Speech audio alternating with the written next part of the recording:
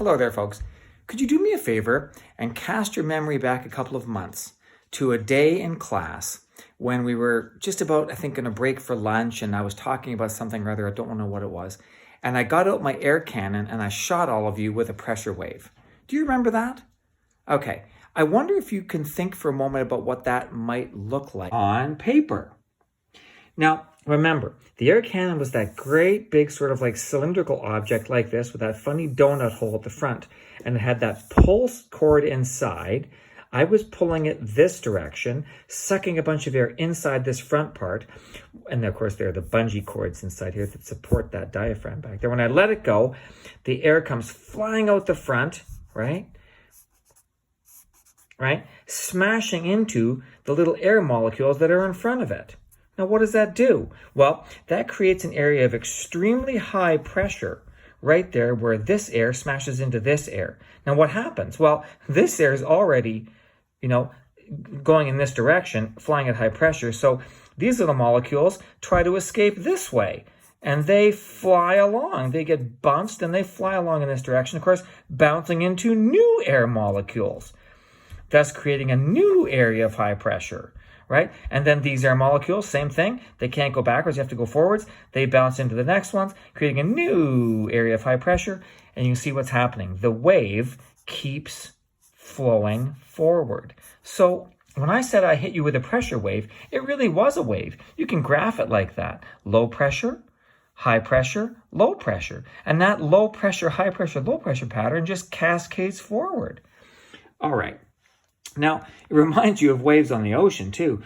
Same sort of thing, really. Pressure waves in water. They cascade forward and they move across the water, too, don't they? And, of course, you can imagine that, if you are, at the beach standing there and there's a wave coming forward, it will eventually come and smash into you. Okay, so nothing's so different. Okay, let's think about waves again a little bit. Let's cast our eyes over in this direction.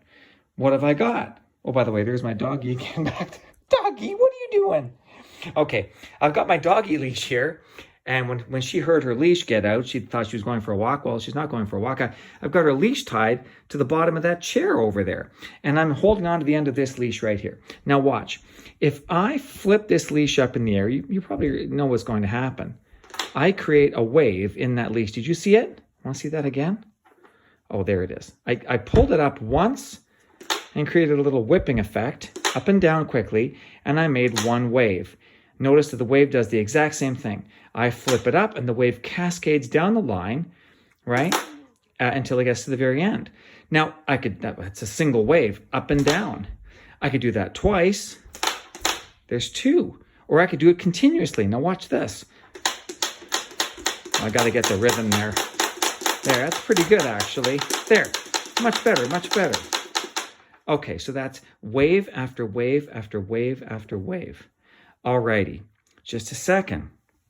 What if I were to look back at the paper, and what if I were to make a paper graph of that?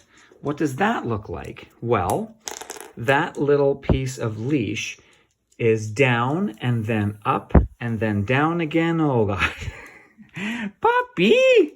Oh, she's a lovely puppy. I love my puppy. Okay, it's down again. Where were we? And then it's up again, and then it's down again, etc., etc., etc. Alrighty.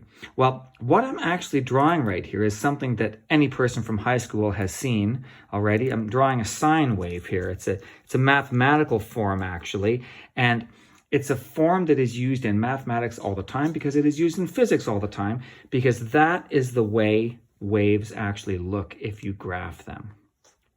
Now, interestingly and importantly for us this week will be the measurement of those waves. Are they sort of long and gentle and not happening very often, or are they very steep and happening much more quickly or frequently? Frequently. The measurement of those waves, the shape and the distance between the top and the bottom, and the number of them, of course, is something we are going to call, and what is called, frequency. So that's going to be an important word for us this week, frequency. What exactly is the shape of the wave? How many little up and downs are there at any one time? There'll be 2 more videos this week that talk about that. So I hope you look forward to those videos coming this week. Look forward to those coming very shortly.